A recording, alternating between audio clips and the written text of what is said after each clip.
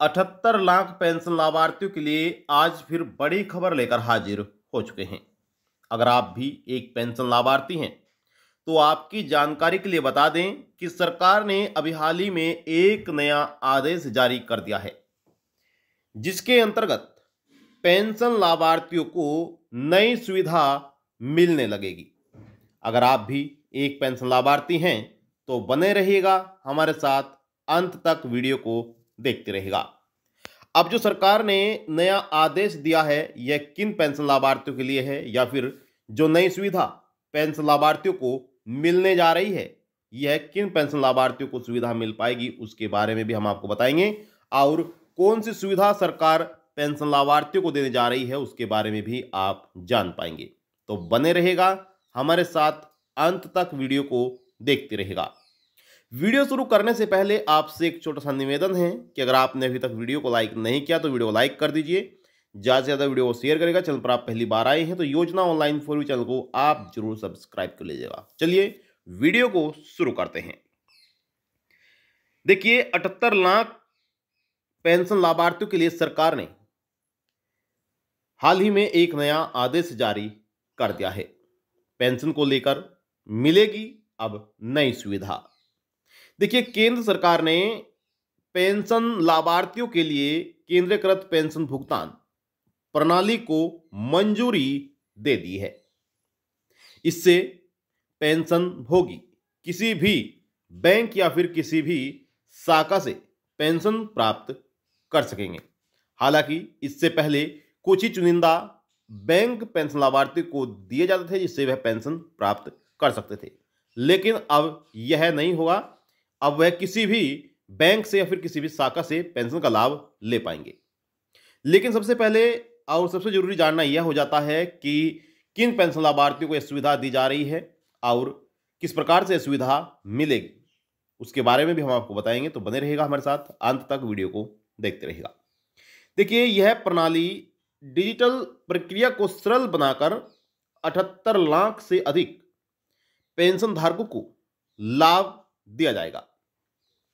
भारत सरकार ने लाखों पेंशन धारकों के लिए एक महत्वपूर्ण कदम उठाते हुए केंद्रीकृत पेंशन भुगतान प्रणाली को मंजूरी दे दी है।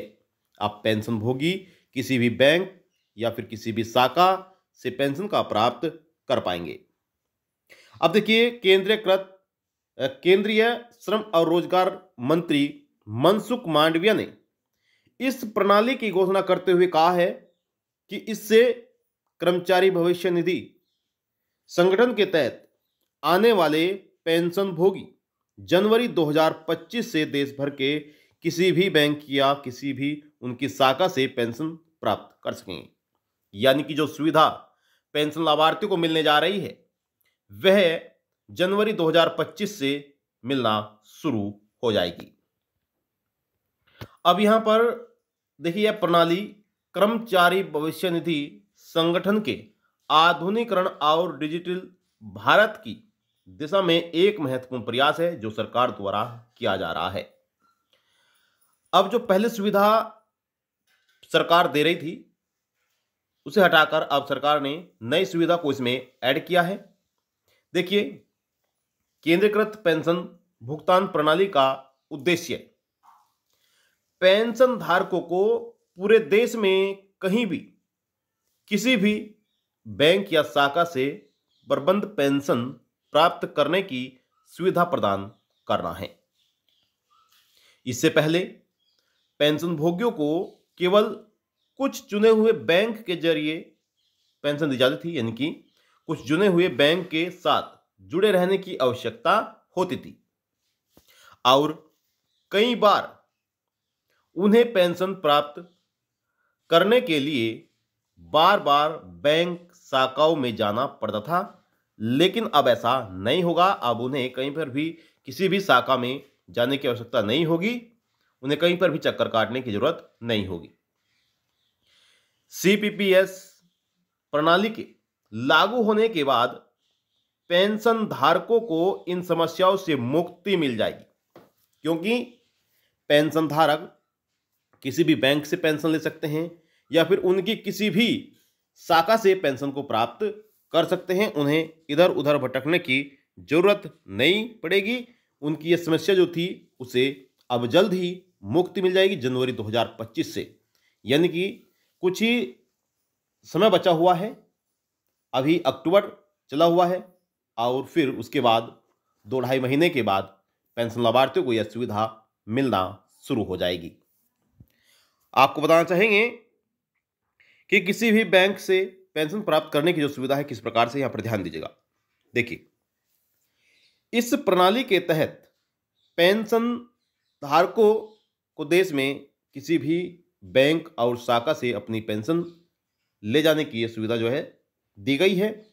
और यह सुविधा उन्हें विशेष रूप से उन लोगों के लिए है, उन लोगों के लिए फायदेमंद है जो सेवानिवृत्त के बाद अपने गृह नगर में बस जाते हैं।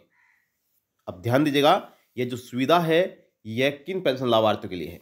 यहां पर बताया गया है कि यह सुविधा उन्हें विशेष रूप से उन लोगों के लिए फायदेमंद होगी जो सेवानिवृत्ति के बाद अपने गृह नगर में बस जाते हैं। उन पेंशन लाभार्थियों को यह सुविधा मिलने जा रही है।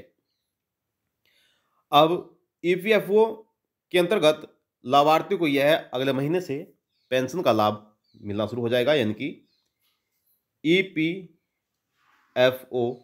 अब नई सुविधा देने जा रही है। ईपीएस 19(5) पेंशन लाभार्थियों को यह सुविधा अगले साल से मिलना शुरू हो जाएगी। अगर आपका कोई भी सवाल है तो सवाल कर सकते हैं, आप सभी के सवालों के जवाब दिए जाएंगे। और आपसे हमारा निवेदन है कि अगर आपने अभी तक वीडियो को लाइक नहीं किया तो वीडियो को लाइक कर दीजिए। देती आपके लिए महत्वपूर्ण जानकारी, आई होप आपको जानकारी अच्छी लगी होगी। चैनल पर आप पहली बार आए हैं तो योजना ऑनलाइन फॉर यू चैनल को आप जरूर सब्सक्राइब कर दीजिएगा। बेल आइकन को और पर सेलेक्ट कर लीजिएगा ताकि आने वाले नोटिफिकेशंस आपको मिल सके। और भी पेंशन लाभार्थियों को सरकार सुविधाएं देने जा रही है, क्योंकि सरकार हर साल किसी न किसी नियम में बदलाव करती है। कई नियमों में अपडेट किया जाता है, नए नियम लागू किए जाते हैं, जिससे कि पेंशन लाभार्थियों को अधिक से अधिक सुविधाएं दी जा सके और उनकी जो समस्याएं हैं उन्हें खत्म किया जा सके। तो मिलते हैं आपको नेक्स्ट वीडियो में, तब तक के लिए जय हिंद, जय भारत। आपको बताना चाहेंगे कि योजना ऑनलाइन फॉर यू चैनल से आपको जो भी जानकारी दी जाती है वह सही समय पर सही सटीक जानकारी दी जाती है।